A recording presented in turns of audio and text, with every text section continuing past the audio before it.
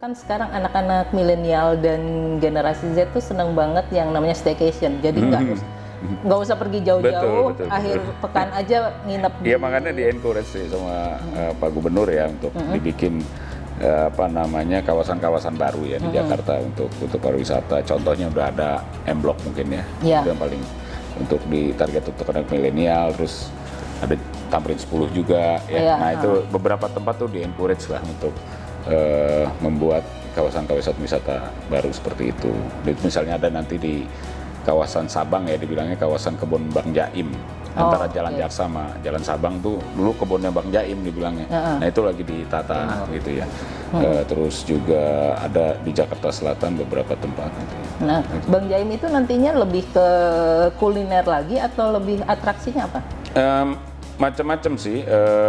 Ya di sana kan berbagai amenitas jadi satu ya. Jadi ada tempat makan, penginapan, juga aksesibilitas kemana-mana di situ kan sangat bagus ya. Jadi nanti mungkin bisa jadi center of tourist kayak waktu zaman Jalan Jaksa kemasannya dulu, walaupun itu untuk backpackers gitu. Nah, bicara soal backpackers, apakah backpackers itu akan menjadi salah satu target pasarnya dari DKI Jakarta? Kalau di pariwisata gitu kita memang pendekatan psikografis seperti tadi memang kita tentunya akan menampung segala sesuatu yang memang punya menjadi potensi gitu ya. Karena tren backpackers itu bukan artinya orang nggak punya duit sih, tapi jadi dia sebenarnya memang ada tren anak-anak milenial sekarang memang lebih pengen berpetualang gitu. Jadi tren backpackers ini ke depan akan sangat banyak gitu ya. Jadi individual traveler kita bilang. Kalau dulu kan orang pariwisata tuh grup, dia pakai grup rame-rame, 20 orang, 15 orang pergi. Tapi kalau sekarang kan benar-benar cuma berdua sendiri, dia tualang aja. Ya ke depan ini akan justru jadi tren memang. Dan ya makanya kan sekarang menjamur penginapan-penginapan murah dan segala macam itu kan dalam rangka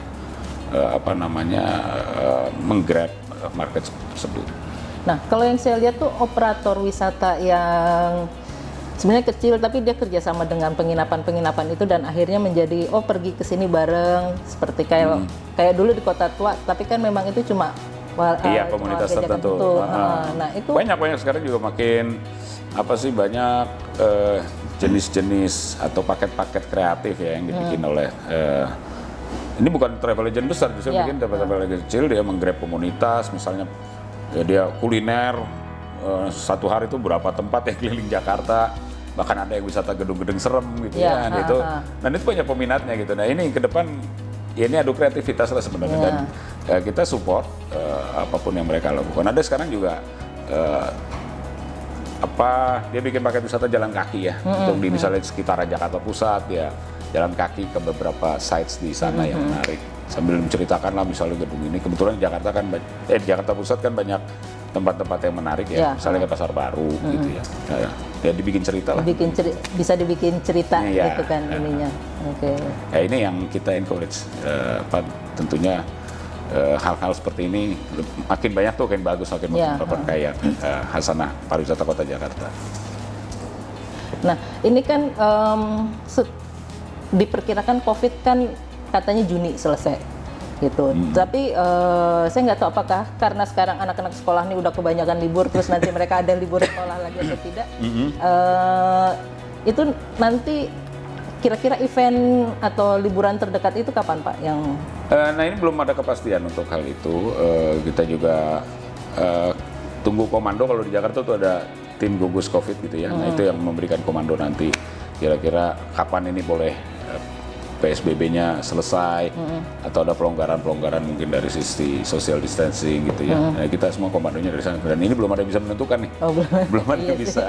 Belum ada kepastian karena di semua negara pun nggak ada yang sampai saat ini belum ada yang mendeklar bahwa dia tuh udah bebas gitu. Jangan lupa subscribe ya.